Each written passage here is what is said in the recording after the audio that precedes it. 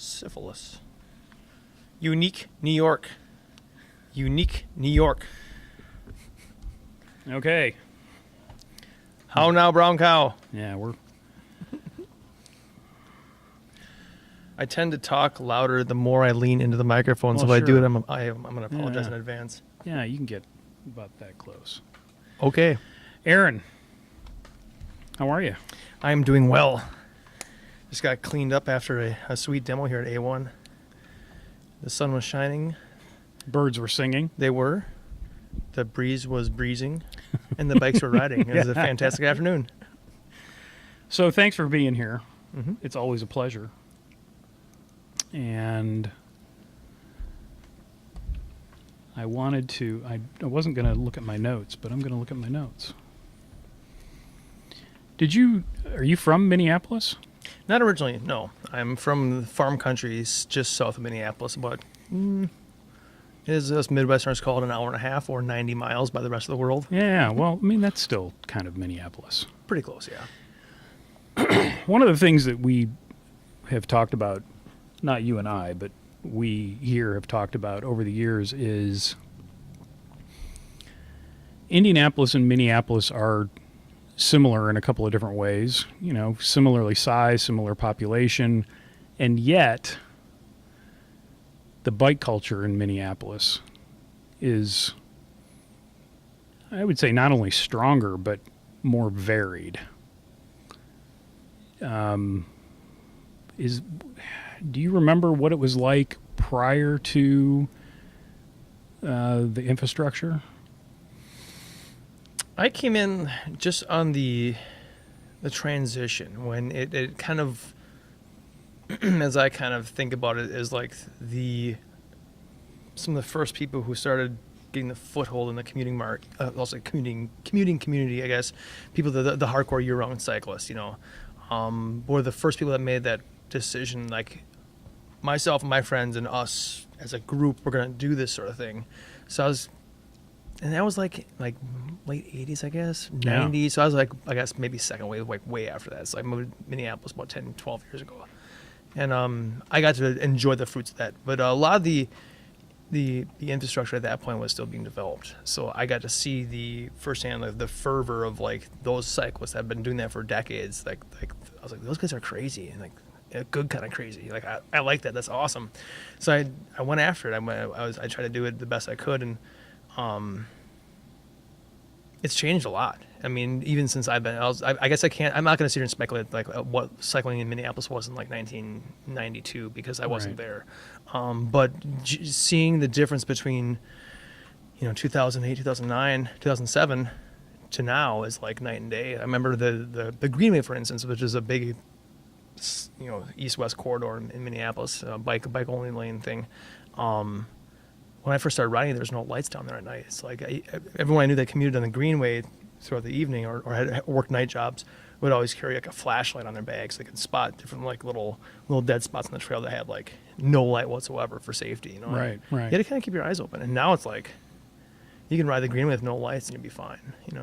So when I was there for, I was there for Frostbike 3 years ago. 2 or 3 years ago, and Frostbike is in February, and it's cold in February, very cold, and in Minneapolis it's more so, and yet I still saw people downtown on bicycles. We're getting a little bit of that here now, but only in the downtown area, and I think it's mostly because we haven't reached that point yet of connectivity where we have these greenways that kind of just stop and they're not connected to anything. Yeah. So I think it's coming, but we're probably 15 years behind the curve. What do you do for Surly? I'm their East Coast brand ambassador. So I do events, travel, do shop events, basically everything east of the Mississippi. A lot of mileage. It's good. So in the winter I plan my trips. I start in like November, December-ish, and plan like just a really general, like this part of June I want to be in this territory, and this part of June or July I want to be in this territory, and then I have to work with the other brand ambassador, the West Coast brand ambassador Trevor.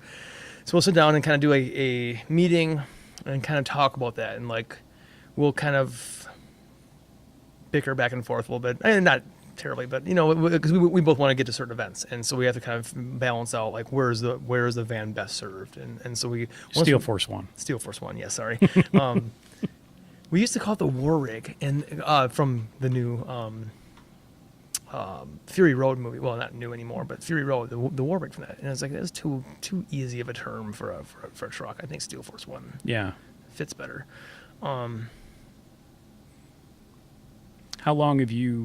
How did you find yourself in that crowd?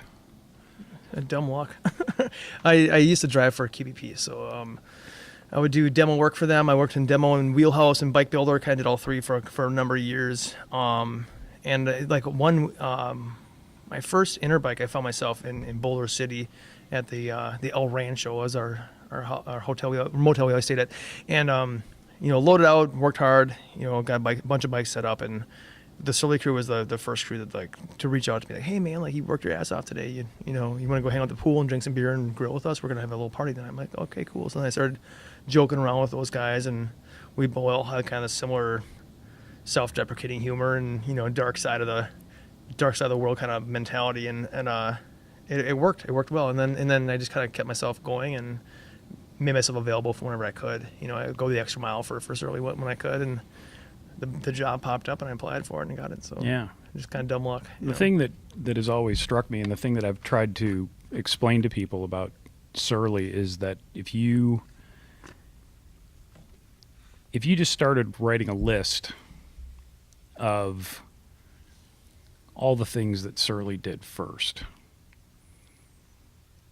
it would take, in things that not only that they did first, but things that now are commonplace in the industry. First, kind of widely available 2.9er, right? Mm-hmm. That's a thing now too, right? 29ers are a thing, right? Still, right? I think it may catch on. Yeah, maybe a fad. Well, who knows? Fat bike, plus bike. This whole adventure cycling, right? Mm-hmm. Should we say adventure by bike? No, it is. Probably it is not. Both of those things, yes, can be. So, single speeding is in there somewhere. But it's a lot of stuff, and yet I've never felt like Surly gets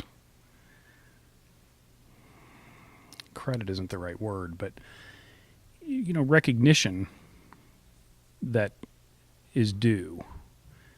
And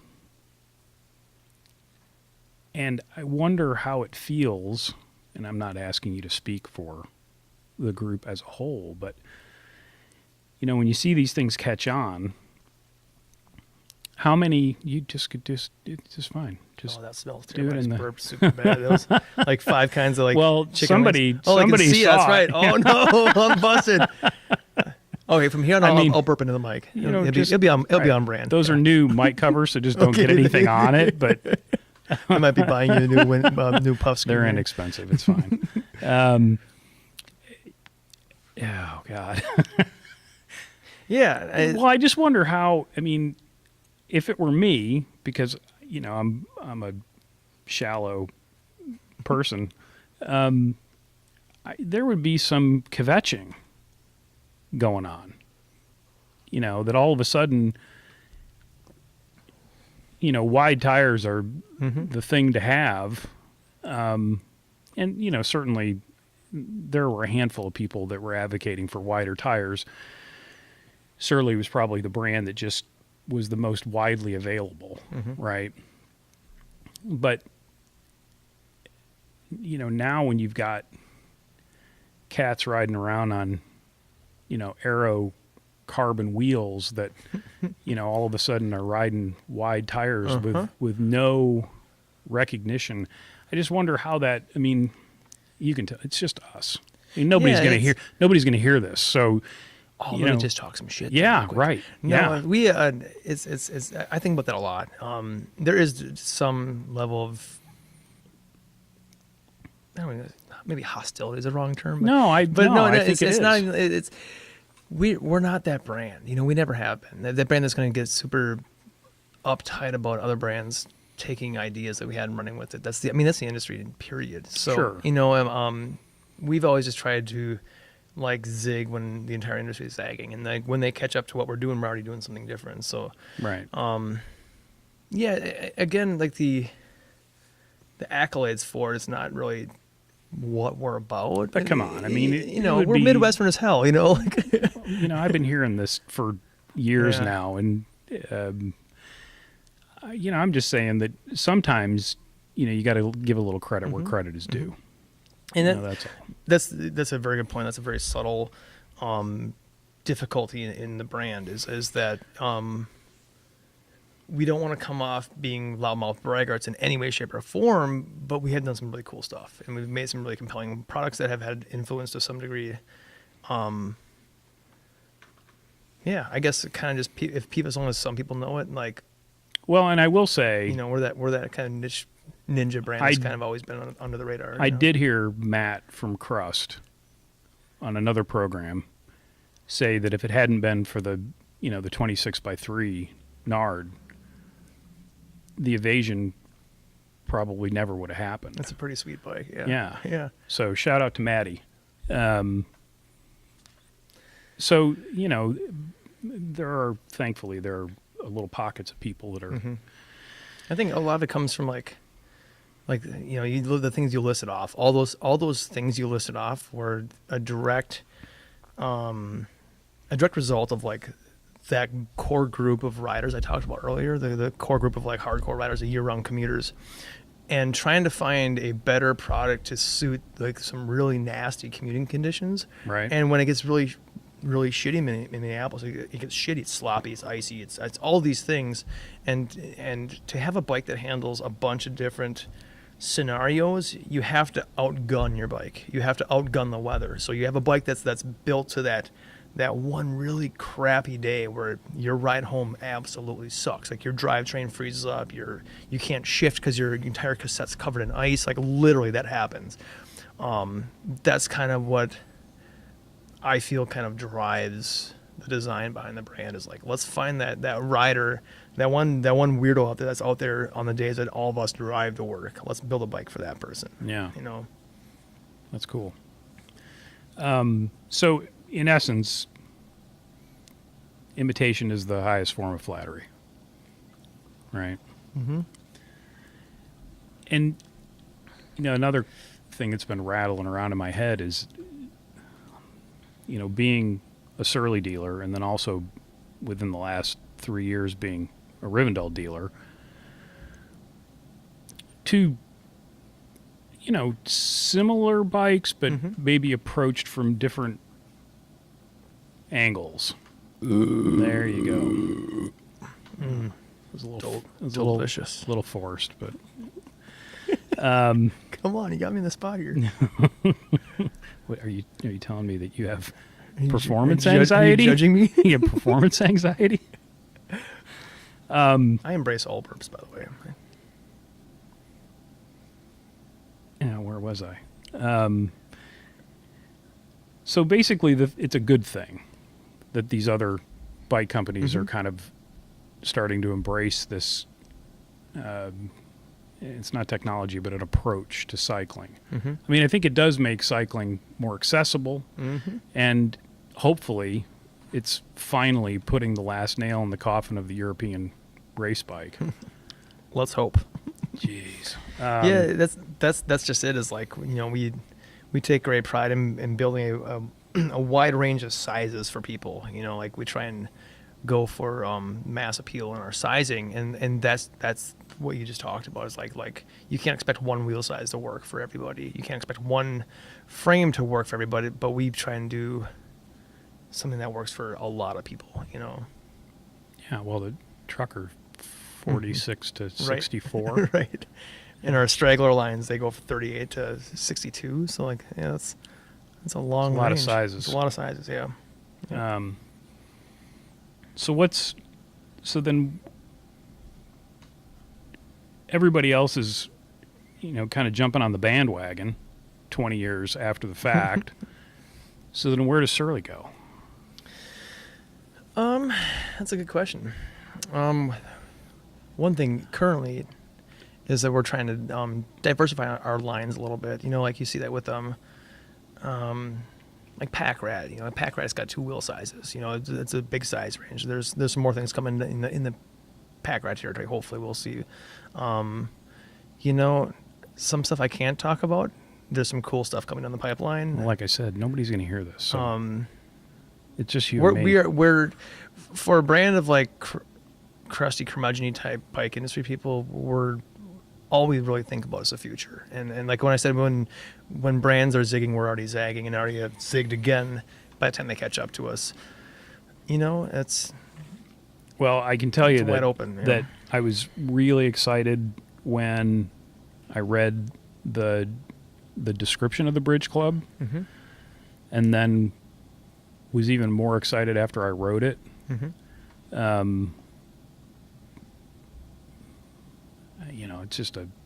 It's a phenomenal bike. And when you look at it, it looks like a bike. It's like you look at it, it's not there's not a ton of linkages. It's not that type of bike, but I mean it's not super fancy. But the beauty's in the details, like the different wheel sizes you can run, the ride quality, the all the brazons for it. It's a plug and play type of bike. It's kind of goes along the lines of everything we've always tried to build towards, is that KISS principle, keep it simple, stupid. Like it's not meant to be a rocket ship. It's a bicycle, and it should be accessible to everybody. So yeah, I would strongly urge anyone who's looking for a bike that they can almost do anything on. I mean, it's the same kind of spiel I use for the long haul trucker, that you're not going to take it. What I would always say about the truckers is you're not going to take it to the Tuesday Night World Championships, and you're not going to probably take it on single track. Yep. But with the Bridge Club, you can now do that. Do that. Yep. You're not going to take it to the Tuesday Night World Championships. Or you could, but you could also pack a bunch of shit with you, a whole bunch of beer, and tow and have a damn good time doing it.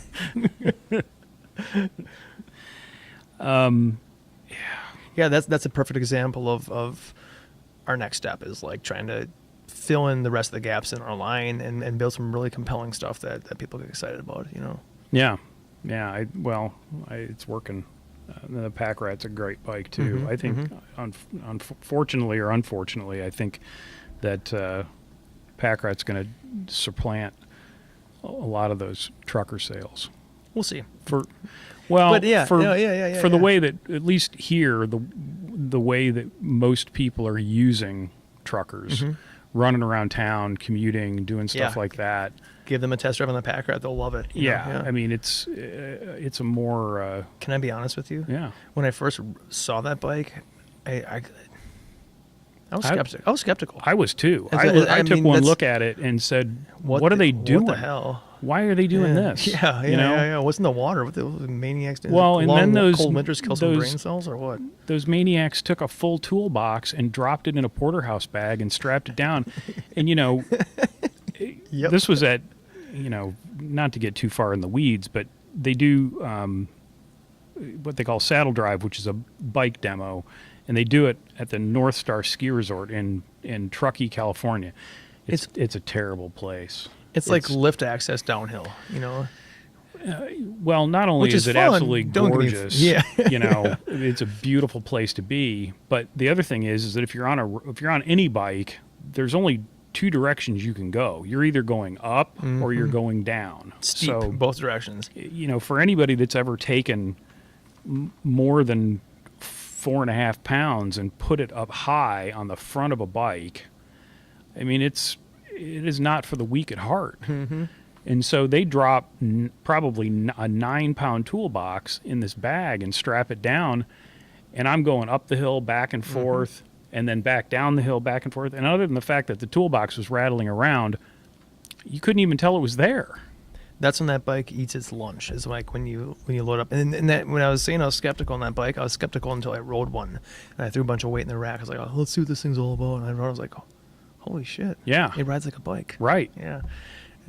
It's such a stupid saying to say, like, something rides like a bike. Oh, of course it's a bike, but when I always preface it by saying when you load it down, the bike rides like a bike. So you start with this base and add a bunch of stuff to it, and then it's still at weight rides like a bicycle, rides like a road bike. It's something to behold, I guess you could say. I'm not ignoring you. I'm just trying to keep an eye on the time. Chris is checking his Instagram right now. My 3 followers. 3 good ones though. Absolutely. Quality, They're not the quantity. best. They're the best. Thanks, Mom. Thanks for getting that second account. My cat has an account. Just kidding, not yet. Once I get back, I'll make one You don't have an Instagram account? for my cat. Oh, well, yeah. I gotta get one. He's adorable. Have you seen a picture of that guy? I haven't. Hold on a second. This is great radio. The people out there will never understand the true glories of how adorable my cat is. Oh, here he is. This is the best. Look at that. Got a little button. Oh, kitten. Right? Adorable. The camera's too far away. We can't show him, and I don't have the high-tech gadgetry to make it work, but that is an adorable kitty cat. If this ever makes it to the interwebs, I can include a picture, like a hyperlink or something. You guys will love them. Love you, Babu. Oh, man. So new stuff that you can't. Is there hints? Where's this? I can't. The stuff we're working on is again. So let's back up a little bit. No one tells me anything that's released. Well, so. yeah, I believe that. It's like for good Apple, reason, because right? I do get this Sure, kind of stuff. Right. But honestly, we've had four new models on the past 12 months, Right. which is a lot for a bike brand our size, and Right. especially for the past couple of years. We've been kind of reevaluating what we want to do, where we're going to go, and we got a bunch of new faces in the crowd. We got some really cool product and accessory stuff coming up. You're going to see more accessories for the Big Fat Dummy, more cargo accessories for the Big Fat Dummy, the Dummy. That Bridge Club, that's a good indicator of like what we're working on. Is just kind of filling in those blanks, really building a really kick-ass line of bikes. I mean, I'm just waiting for the frame sets. Well, we're working on that. Yeah. And so it stands to reason that we're going to lose a few models. Or at least I would think. Well, we'll see. Pacer's kind of gone. Well, but that the bike that replaced it is pretty kick-ass. magnificent. Mm-hmm. I'm just telling you, they should have called it the Wolfman Jack. That is a good name for a bike. And it's very surly. It is very silly. It's a cool name. It's, for all you youngsters out there, the bike's called the Wolfman Midnight Jack. Special. And the guy who hosted the Midnight Special when I was a young lad was Wolfman Jack. And he talked like this. I know Wolfman Jack, yes. Yeah. My dad's name is John, but he goes by Jack by many of his friends, and Wolfman Jack was a close iteration of his nickname. So, Yeah. I remember at a young age explaining, he's like, "Oh, you don't know Wolfman Jack? Like, who's Wolfman Jack?" And he do the impression like this, and the whole bit. Like, I just butchered it. Sorry, Dad, I just butchered it. Well, this is... So Go ahead. To I guess to answer your question, the stuff that goes away, I honestly don't have any more other than like think of like what we did with the Pugsley, what we did with the 1x1, the Midnight Special.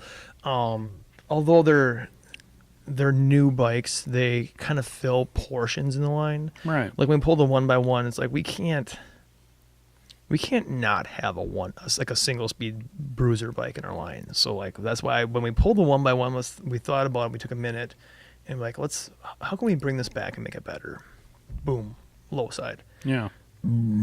Is that better? Is that more natural? That one felt good. That was inspired. That tastes terrible. Oof. But yeah, like the Pacer went away, the Midnight Special came back, and I'm not saying the Midnight Special is the Pacer, but it fills that kind of road area category of our line. So Right. And again, what other bike company decided that, You know what? We've got one road bike in the line, and we're going to make it a 650B by 47. There's nobody's got the balls to do that, except for Apparently we do. right. Yeah. Yeah.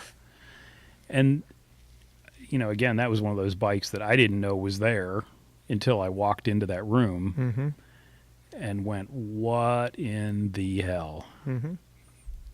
We're back. Yeah. Like, exactly. yeah. Well, I'm going to tell you, again, if this ever sees the light of day, I want to thank you for being my first guest. Of course. It's always a pleasure to have you here. Always a pleasure to come through. No, it's getting a little creepy now. Is it? Yeah. Is it? Is it? Is it really? I'm right behind you, Chris. No, honestly, this is the best part of my job. I mean, not the internet fame, but like hanging with shop people that get it and get us. It's not every day where we get shops that know how to speak the sort of language. They get what we're about. It's not just the attitude that we have that carving pentagrams into our arms. I mean that comes with the job, but well, it's a ceremony, right? Yeah, well, I mean, there's a seance, I guess we call it. But yeah. You go through your 90-day, period where they can decide whether they're going to keep you. Nobody talks to you. No one looks at you. Right. You're just the FNG, and then one day. It took me a year and a half to not be the FNG. They hired 2 new employees, and I was still the FNG. Fungus. You know what fungus stands for? F you, new guy, you suck. Oh, nice. That's new. I didn't know Even that. though it's the internet, I have a problem. I swear like a sailor. That's good. But yet, Yeah. I get this microphone in front of me, and I can't bring myself to do it. I was raised by a sailor, and I got in trouble in grade school for dropping the F-bomb. Like, what? You guys don't fucking swear? like, oh shit! Yeah. So I try and pour it on sometimes. But it must have been a really good feeling when you in your office mail you got your red velvet robe and the directions to the room in the basement. Yeah, with a single knife. Yeah, Yeah. a single candle and a single knife in the basement of KBP. Yeah. Right. Yeah. That's our room, by the way. No one gets to use that. Yeah. Well, no. No one knows about it. We made it. Shh. Aaron, Chris. AKA Fritzenheimer, AKA the ambassador of Kick Your Asseter. Yes. Thank you, pal. It finally happened. Someone call me that. Thanks, Chris. Thank you, man. Oh boy. I like the whispering at the end.